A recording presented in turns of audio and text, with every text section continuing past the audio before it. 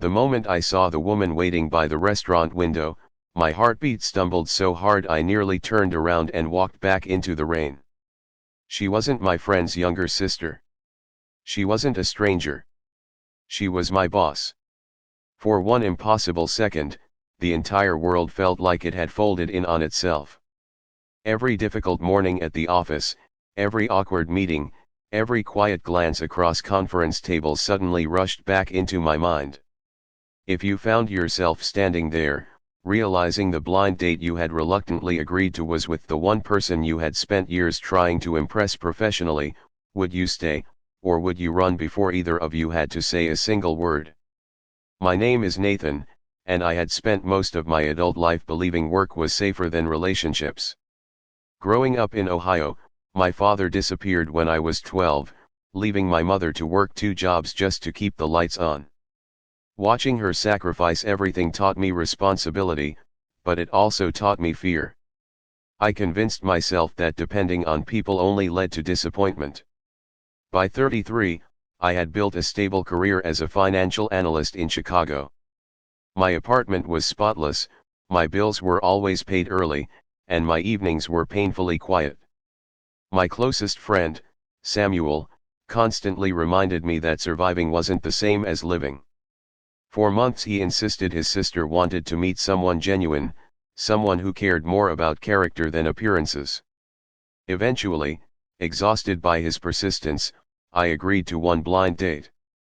The restaurant overlooked the Chicago River, with soft lights reflecting across the water as the rain slowly faded outside. Sitting by the window was Rebecca, the executive director who had supervised my department for nearly 3 years. She was respected by everyone in the company, admired for her intelligence, and quietly feared because she never accepted excuses. At work she carried herself with complete confidence, but that evening something looked different. The confidence was still there, yet behind her smile rested the same nervous uncertainty I felt inside. Samuel had never once mentioned his sister's last name, and Rebecca had never spoken about having a younger brother.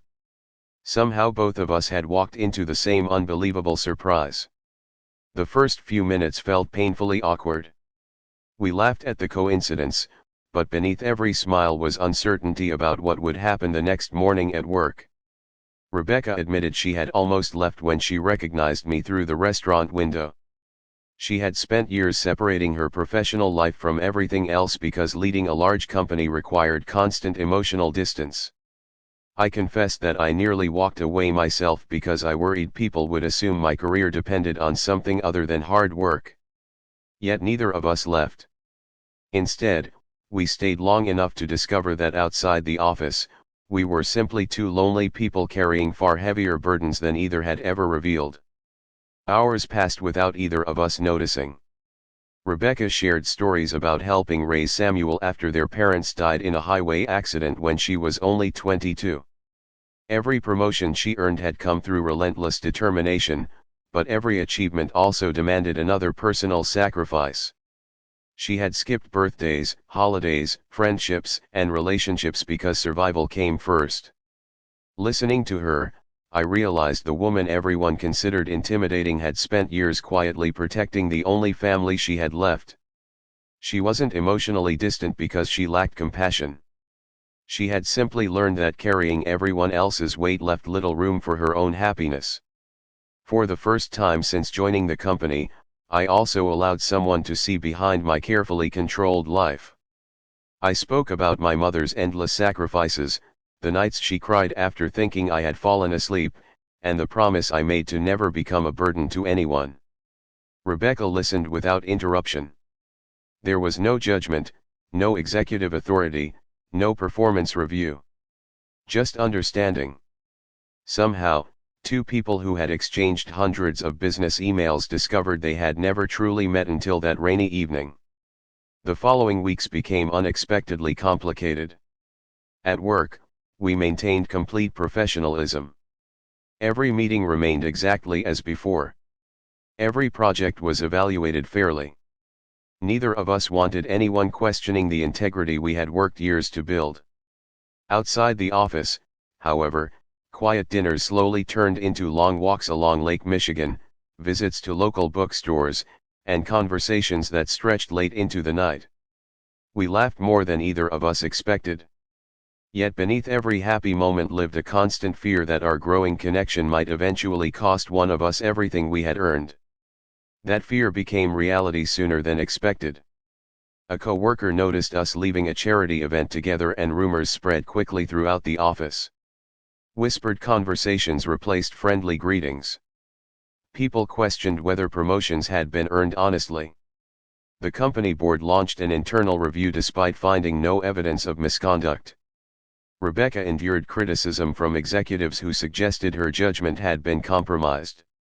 I watched the strongest woman I had ever known quietly absorb accusation after accusation without defending herself.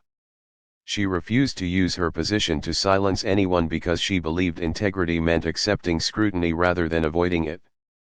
Unable to watch her reputation suffer because of me, I submitted my resignation. Every part of me believed leaving would protect both her career and the company.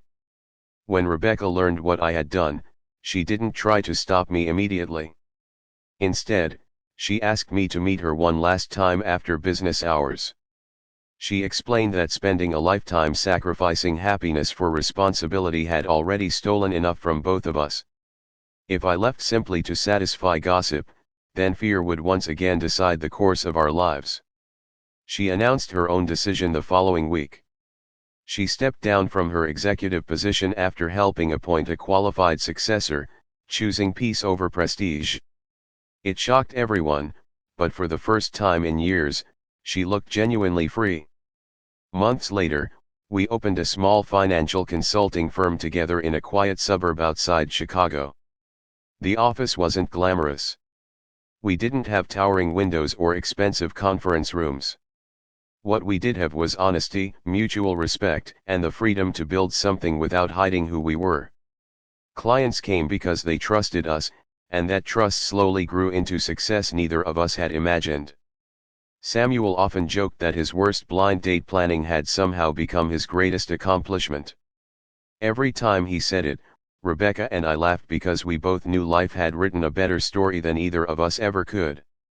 Looking back, I realized the greatest surprise wasn't discovering my boss was waiting for me on a blind date. The real surprise was learning that the people who appear strongest often carry the deepest loneliness. Sometimes the walls we build to protect ourselves also keep hope from finding us. Love didn't erase our scars, our grief, or the years we lost.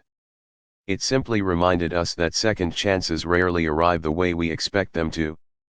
Before the story ends, tell us in the comments, if you had discovered your blind date was your boss, would you have stayed or quietly walked away? Rebecca often squeezed my hand during evening walks and smiled at the city skyline that had once witnessed our greatest fears. Those same streets now reminded us that courage isn't the absence of uncertainty. Courage is choosing kindness, honesty, and hope even when your heart is shaking. And if this story truly touched your heart, please consider liking, commenting, sharing it with someone who needs hope today, and subscribing for more emotional stories of second chances and unforgettable moments.